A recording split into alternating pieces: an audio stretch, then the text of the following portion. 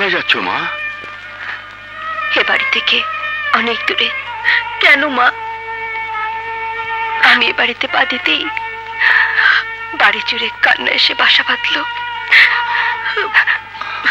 সুখ শান্তি চিরদিনের জন্য দূর হয়ে গেল। আপনারা নিঃসন্তান হয়ে গেলেন। শব্দ শব্দ আমাকে ঘিরে। না না মা, জয়ের মৃত্যুর সাথে তোমার তো কোনো সম্পর্ক নেই। এর জন্য তুমি তো দায়ী নও। আল্লাহ আমাদের নিঃসন্তান করে দিলেন। কেন, কোন কারণে ও সুইসাইড করলো একমাত্র আল্লাহই জানেন। মাগো, ছেলে নেই, কিন্তু মনে হচ্ছে ছেলের বদলে আল্লাহ আমাদের একটা মেয়ে দিয়েছে। পুত্রবধূ নয়, তুমি মেয়ে হয়ে আমাদের কাছে থাকো। কিন্তু প্রতিদিন আপনাদের ভেজা চোখ আমি সইতে পারবো না মা। মা, তোমার ভেজা চোখ তোমার ফুপি কি সইতে পারবেন? আমাদের ছেড়ে যেও না মা। তোমার মুখ দেখে আমরা দুনিয়ায় আরো কিছুদিন বেঁচে থাকতে চাই মা। আল্লাহ দু চোখে অনেক অশ্রু দিয়েছেন, তুমি চলে গেলে অশ্রু যে শুকিয়ে যাবে মা।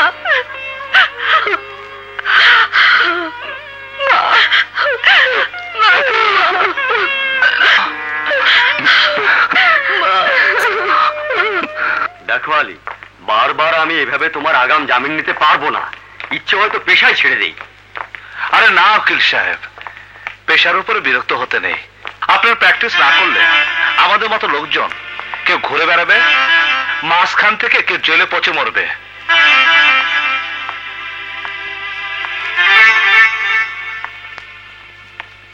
আলী,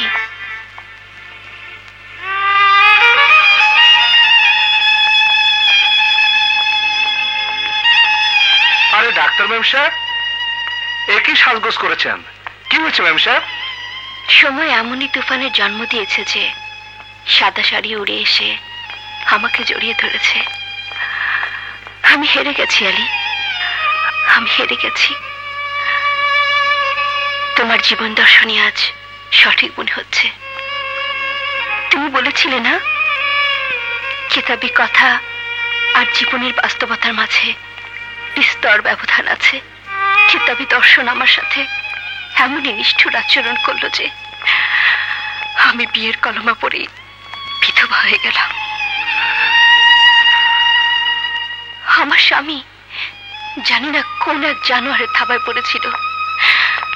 বাসর রাতে আমার রূপ নয়, রূপাই তার কাছে দামি মনে হলো। আমার গায়ের সমস্ত গহনা খুলে জুয়া খেলতে চলে গেল। সকালে ফিরে এলো তার লাশ। জীবন আসলেই দুঃখের বোঝা হয়ে গেল। ম্যাম সাহেব, আমি তো আপনার স্বামী ফেরত দিতে পারবো না, আপনার ভাগ্য বদলে দিতে। কিন্তু কথা দিলাম, যে বন্য জানোয়ার আপনার রঙিন জীবন বিবর্ণ করে দিয়েছে, লাল জড়োয়ার শরীরে সাদা শাড়ি পরিয়ে দিয়েছে, আমি তাকে খুঁজে বের করব এবং সাদা কাফনে জড়াবো। আলী বাবা কথা দিল আপনাকে। আলী, প্রতিশোধ নেবার কথা শুধু সেই ভাবতে পারে যে বাঁচতে চায়। আমার জীবনের সামনে তো শুধুই অন্ধকার। আলী, এই মহিলাকে তুমি কেমন করে চেনো? উকিল সাহেব, দুনিয়ার প্রত্যেক মানুষ নিজের জন্য বাঁচে, কিন্তু ইনি সেই মানুষ যাকে অন্যদের উপকারের জন্য বাঁচতে দেখেছি।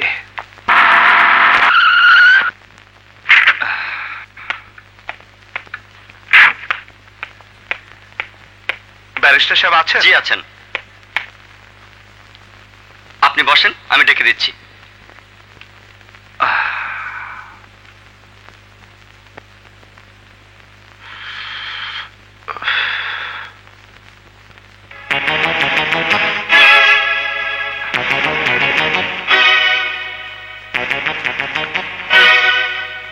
এই ছেলে ডাক্তার নাজমা স্বামী না তো?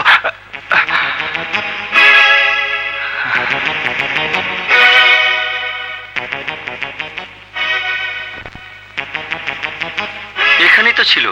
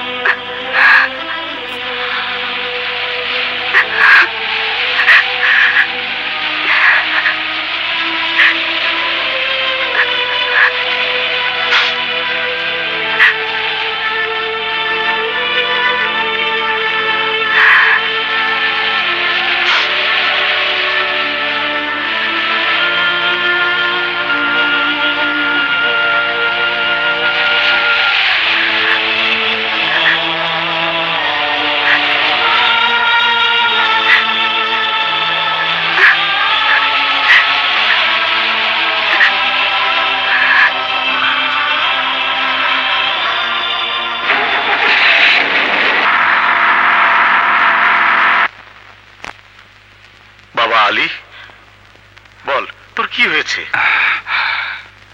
কিছু না। কামাল শেরপুরি মুখ দেখে তোর মনে কথা বলে দিতে পারে। বল কি দুঃখ তোর?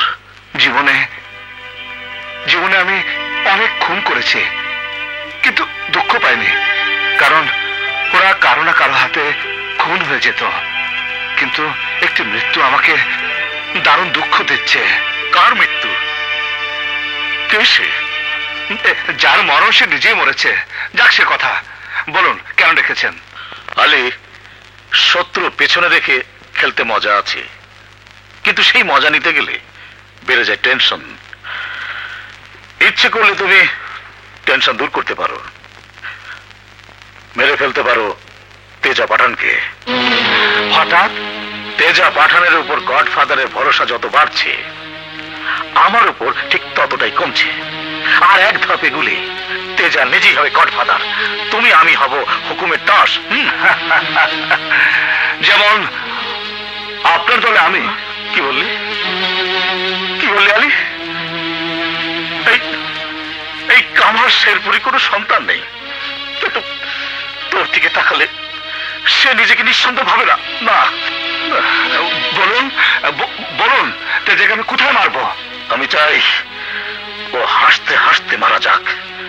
বাঁশপট্টির বস্তিওয়ালারা আজ ওকে সম্বর্ধনা দিচ্ছে। সম্বর্ধনা? তাহলে তো তোপধ্বনি করতেই হয়।